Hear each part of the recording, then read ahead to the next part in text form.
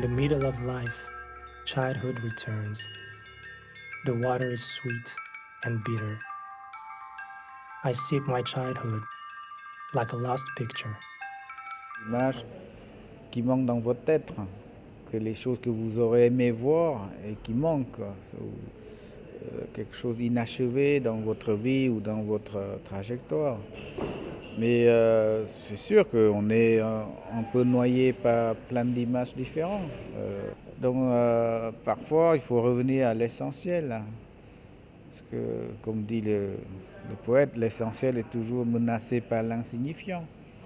Donc on est entouré de l'insignifiant. Et ça peut être une image publicité, une image manipulée, une image impérialiste, une image totalitaire. Donc je crois que l'art reste toujours là. Hein. Si vous traitez l'image en tant qu'art, et vous traitez l'essentiel. Et donc l'image artistique reste toujours très minime. Il n'est pas... Ça reste fragile, très fragile. Mais il faut essayer de soulever cette question, d'essayer quand même de le protéger, d'essayer quand même de transmettre. On est comme submergé par des vagues, les vagues d'images, les vagues d'imbécilité, des vagues d'inculture. C'était ça pour vous, l'image de la vague? Oui, ça peut être un mémoire, ça peut être les tragédies de guerre, ça peut être aussi les flots d'images, les flots de paroles, les flots de... C'est très totalitaire, vous savez, l'Internet et tout ça. C'est des choses qu'on vous impose, vous n'en voulez pas, tiens, vous prenez. Ça a l'air très séduisant, c'est sans frontières, c'est énorme, ça se veut démocratique, en fait c'est très totalitaire.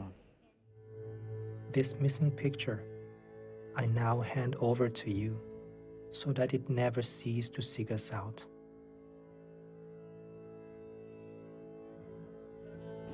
C'est difficile de savoir comment chaque personne reçoit et vivre un film.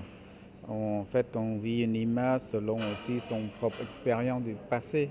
Mais c'est très difficile, mais je crois que le rôle du cinéaste, enfin, en tout cas, c'est ce que je conçois pour moi, c'est d'être un passeur d'histoire, un passeur de mémoire, un transmetteur.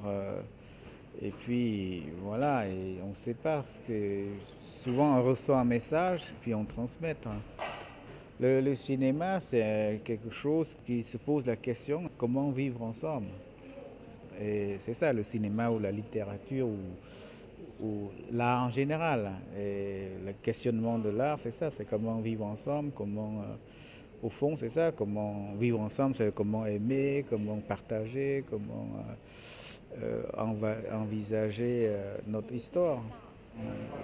Par rapport aux cinéastes dont vous citez, Godard ou tous ces grands cinéastes, ils ont la chance, ils ont fait le travail, ils ont pratiqué le art dans un environnement où l'image est rare. Et donc, moi j'ai l'impression qu'ils ont beaucoup plus de chance que moi. À l'époque, la télé n'était pas encore comme aujourd'hui. Donc les gens allaient au cinéma et respectaient l'image. Il peut voir un film avec sa durée, avec son rythme, avec son temps. Maintenant, vous y allez, les jeunes, ils passent 10 minutes, ça y est, ils veulent changer de chaîne, quoi. Ils veulent changer sur le truc. Ils n'ont plus de patience, ils ont de découvrir même la durée d'un plan, le temps, quoi. Il faut que ça soit très speed, très... Bon, du coup, l'image s'abîme. Et moi, j'ai l'impression que je suis peut-être nostalgique, j'en sais rien, mais j'ai l'impression que le fait de même perdre le toucher, avant on touche les pellicules, on peut voir la lumière, on sait ce que c'est une image, on sait que le 24 images fait une seconde, et on tire le pellicule, c'est tiens, c'est 2 secondes, on a un espace physique. Maintenant, Oui, mais quand je montais un film, hein, je fais chaque, je sais, c'est à peu près tant de secondes, quoi. Et j'ai une sorte de mesure physique, mesure du temps presque. C'est une mesure du temps, quoi, avec ça. Maintenant, en numérique, je vois les chiffres qui flottent là, sur les roches. C'est pas pareil, quoi. Tout est en virtuel. Le temps, je ne tiens plus dans ma main.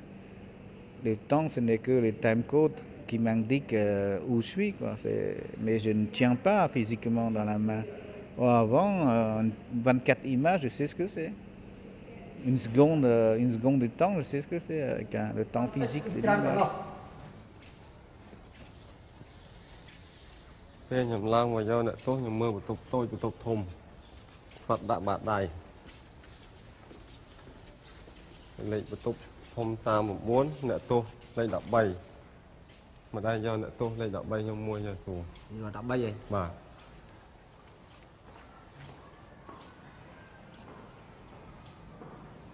Rồi ấp ấy ngớp hỏi với ngớp vô cả ma cho mục hơi vọt lại cho cái đặt nó hơi rồi chạ so với chạy tôi cho vào đấy mày so với đam vinh một kia tay của tôi chạy cào.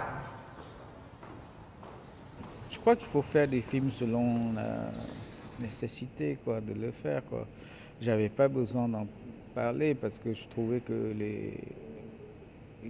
que les gens que je filme parlent très bien.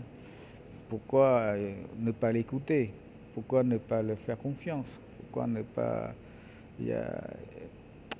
pourquoi vouloir parler à leur place? Bon, j'avais pas envie de parler, quoi. Et puis il y a un temps où j'avais envie de dire quelque chose parce que peut-être j'ai vieilli, j'ai plus d'âge maintenant, je trouve la distance nécessaire pour le faire. Vous savez, mon prochain film, il n'y a même pas de parole. C'est un film muet presque, c'est un film muet avec des cartons. Voilà, pourquoi faire un film? Alors, si vous partez de pourquoi, et là vous allez à comment le faire. Et si vous pouvez répondre à comment le faire, ce serait bien. Et si je fais un film, juste faire un film sans apporter une réflexion en plus, au moins une esquisse d'envie cinématographique. Ce qui est très important, c'est que cette envie-là soit visible, soit palpable, quoi, cette envie de film, quoi. La plupart des films, maintenant, je sais pas, ça m'ennuie un peu parce que je vois la virtuosité, je vois la virtuosité technique,